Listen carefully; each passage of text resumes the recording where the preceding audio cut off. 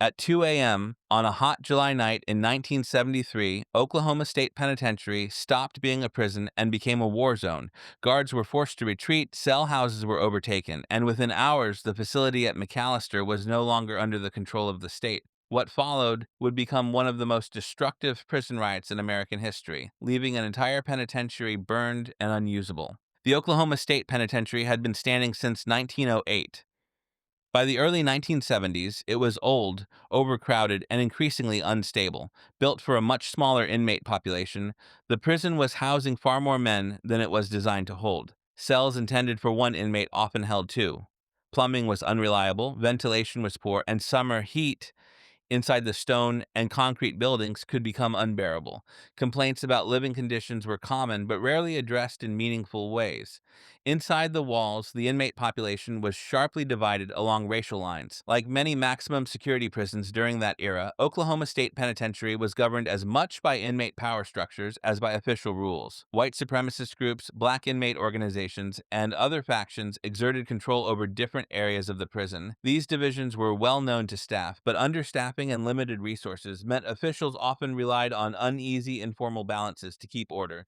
Tensions had been building for months. Inmates complained of mistreatment, lack of access to basic necessities, and disciplinary practices they viewed as arbitrary or abusive. Guards, many of whom were underpaid and overworked, faced daily hostility and operated with minimal backup. The prison was operating on a thin line between order and chaos, and everyone inside knew it. The spark came late on July 27, 1973. Accounts differ slightly on the exact sequence of events, but the outcome was unmistakable. A confrontation between inmates and guards escalated rapidly. Within a short period of time, inmates overpowered correctional officers in one area of the prison. Keys were taken, doors were opened, and word spread fast. Once the first cell house fell, control collapsed in a chain reaction. Guards retreated to safer positions or fled the compound altogether. Inmates moved freely through areas that had been locked down moments earlier.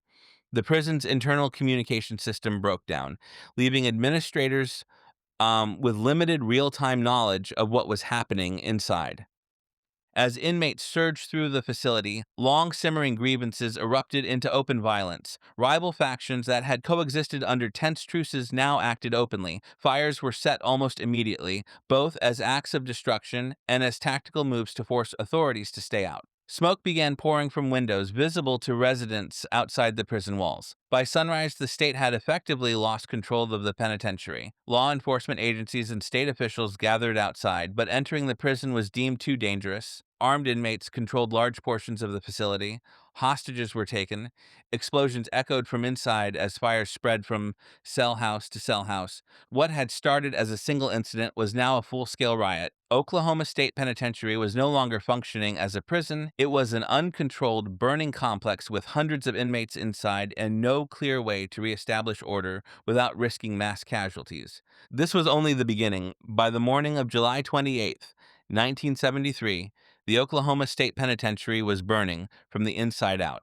Thick black smoke rose above McAlester as fires spread unchecked through the aging cell houses. Prison officials and state authorities stood outside the walls, watching a facility they could not safely enter be systematically destroyed. The fires were not accidental. Inmates deliberately set them, using mattresses, bedding, paper, and any flammable material they could find. Once ignited, the flames moved quickly. The penitentiary's old construction worked against it. Many buildings contained wooden interiors, exposed wiring, and decades of wear that allowed fire to race through ceilings and corridors. With no internal firefighting capability and no safe access for city fire crews, there was nothing to slow the destruction.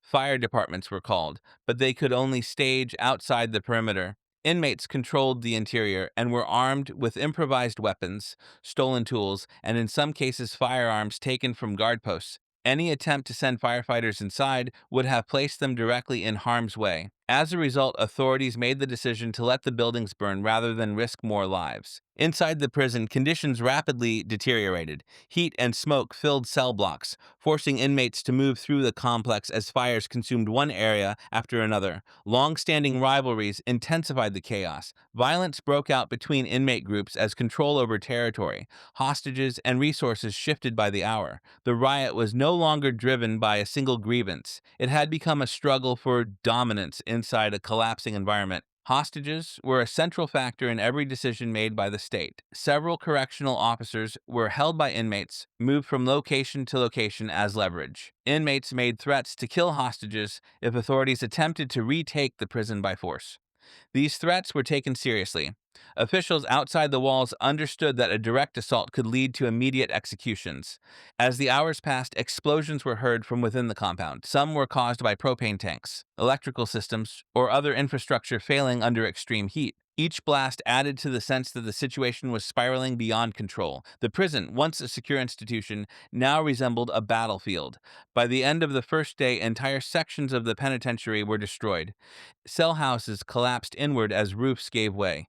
Administrative buildings were gutted, workshops, kitchens, and storage areas were reduced to charred shells. What had taken decades to build was being erased in a matter of hours. Deaths occurred during the riot. 3 inmates were killed amid the violence and fires. Their deaths underscored the stakes facing officials. Any aggressive move could multiply the loss of life, both among inmates and hostages. The priority shifted firmly toward containment and negotiation, rather than immediate suppression. State leaders, including prison administrators and law enforcement officials, began formal negotiations with inmate representatives. Communication was difficult and often unreliable, conducted through intermediaries or shouted exchanges near secure points. Inmates issued demands, some related to conditions and treatment, others focused on protection from retaliation once the riot ended. As negotiations began, the riot reached its destructive peak. Flames continued to burn through the night, lighting the sky over McAlester. By this point, Oklahoma State Penitentiary was no longer just damaged. It was effectively destroyed as a functioning prison. The state now faced a different problem.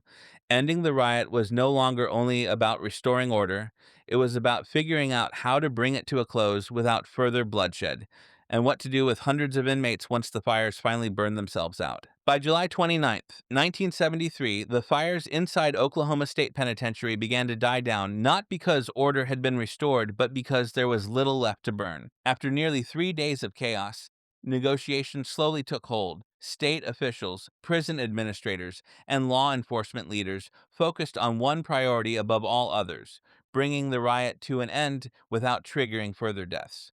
Communication with inmate leaders continued under tense conditions. The presence of hostages forced authorities to proceed carefully. Any show of force risked immediate retaliation. Instead, negotiators worked to secure the release of correctional officers in exchange for assurances that inmates would not be harmed once control was restored. One by one, hostages were released, signaling that the riot was nearing its conclusion. As inmate resistance weakened, law enforcement began regaining control of the compound. Armed officers moved in cautiously, encountering little organized opposition. Exhaustion, smoke inhalation, and the realization that the penitentiary was beyond saving had drained momentum from the riot. Inmates surrendered in groups and were escorted out of the burned structures.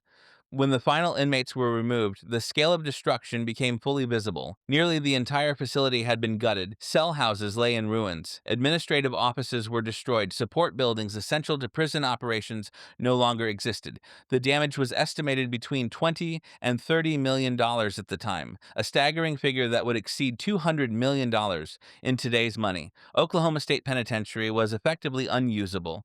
The aftermath required immediate action. Hundreds of inmates had to be relocated across the state, transferred to other facilities that were already under strain. Temporary arrangements were made as Oklahoma scrambled to manage a prison population without its primary maximum security institution. Guards and staff who had survived the riot faced investigations, trauma, and in some cases, lasting physical and psychological injuries. Criminal charges followed. Inmates identified as organizers or participants in violent acts were prosecuted. Investigations sought to determine how the riot had escalated so rapidly and why the prison had been so vulnerable. The findings pointed to a combination of overcrowding, outdated infrastructure, chronic understaffing, and a reliance on fragile, informal power structures within the inmate population. The riot forced Oklahoma to confront the reality of its prison system. Reforms were discussed and some changes were implemented, including improvements to security procedures and facility design.